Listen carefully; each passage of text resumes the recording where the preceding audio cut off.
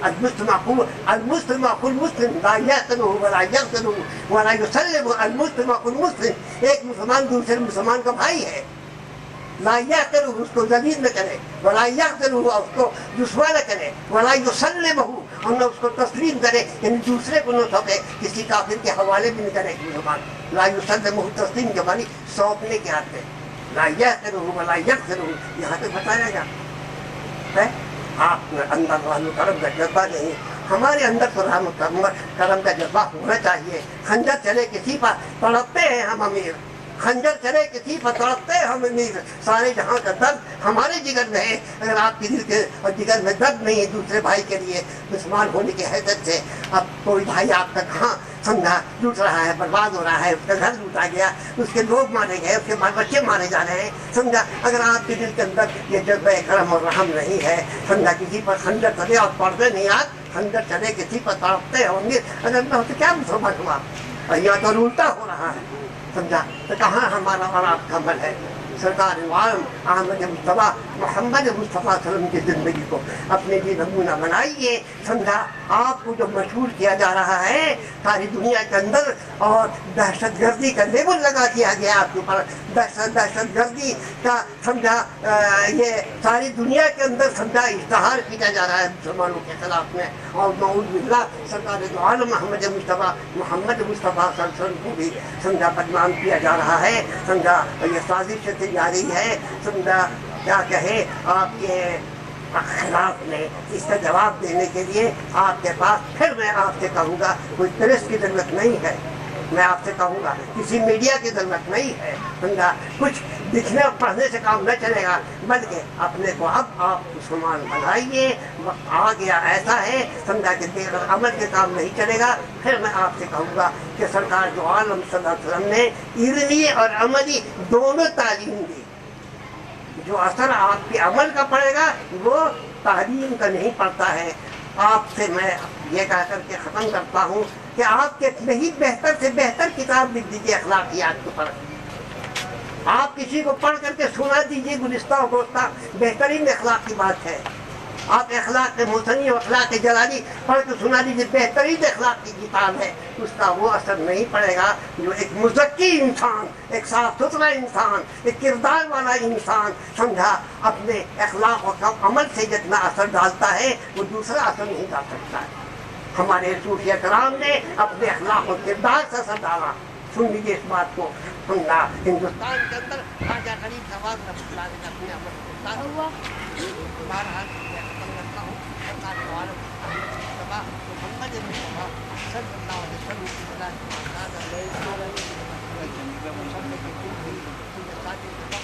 اور ایسے موقع پر عام طور پر لوگ کھڑے ہو کر سلام کرتے ہیں.